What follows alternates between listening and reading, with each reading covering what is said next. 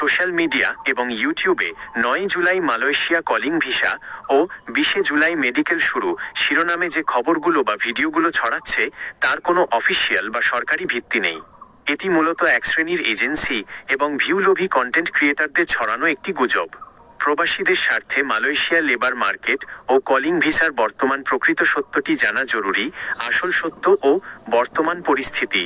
নতুন করে calling visa চালু হয়নি। মালয়েশিয়া সরকার বাংলাদেশ থেকে নতুন করে কর্মী নেওয়ার জন্য কোনো অফিসিয়াল তারিখ যেমন ৯ বা ২০ জুলাই ঘোষণা করেনি। বন্ধ মার্কেট খোলার আলোচনা চলছে। গত মে 2024-এ মালয়েশিয়ার শ্রমবাজার বন্ধ হওয়ার পর থেকে নতুন কোনো কর্মী বাংলাদেশ থেকে কলিং ভিসায় যেতে পারছেন না। তবে দুই দেশের সরকারের উচ্চ পর্যায়ে বাজারটি পুনরায় স্বচ্ছ নিয়মে খোলার ব্যাপারে দ্বিপাক্ষিক আলোচনা ও বৈঠক চলমান রয়েছে। ভুয়া মেডিকেলের ফাঁদ।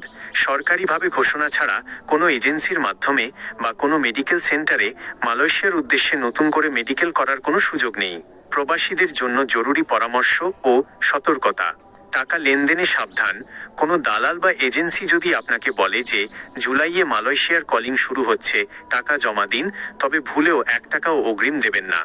পাসপোর্ট জমা দেওয়ার আগে ভাবুন। সরকারি ঘোষণা ছাড়া কাউকে মূল পাসপোর্ট এবং মেডিকেল ফি বাবদ টাকা দিয়ে প্রতারিত হবেন না। মালয়েশিয়া ইমিগ্রেশন বা বাংলাদেশের প্রবাসী কল্যাণ মন্ত্রণালয় যখনই নতুন করে কর্মী নেওয়ার চূড়ান্ত তারিখ বা কোনো সমঝোতা স্মারক MOU স্বাক্ষর করবে, তা দেশের মূলধারার জাতীয় টিভি নিউজ ও পত্রিকায় বিজ্ঞপ্তি আকারে প্রকাশ করা হবে। কোনো সোশ্যাল মিডিয়ার গুঞ্জন বা চটকদার ভিডিও দেখে কোনো প্রকার আর্থিক লেনদেন করবেন না।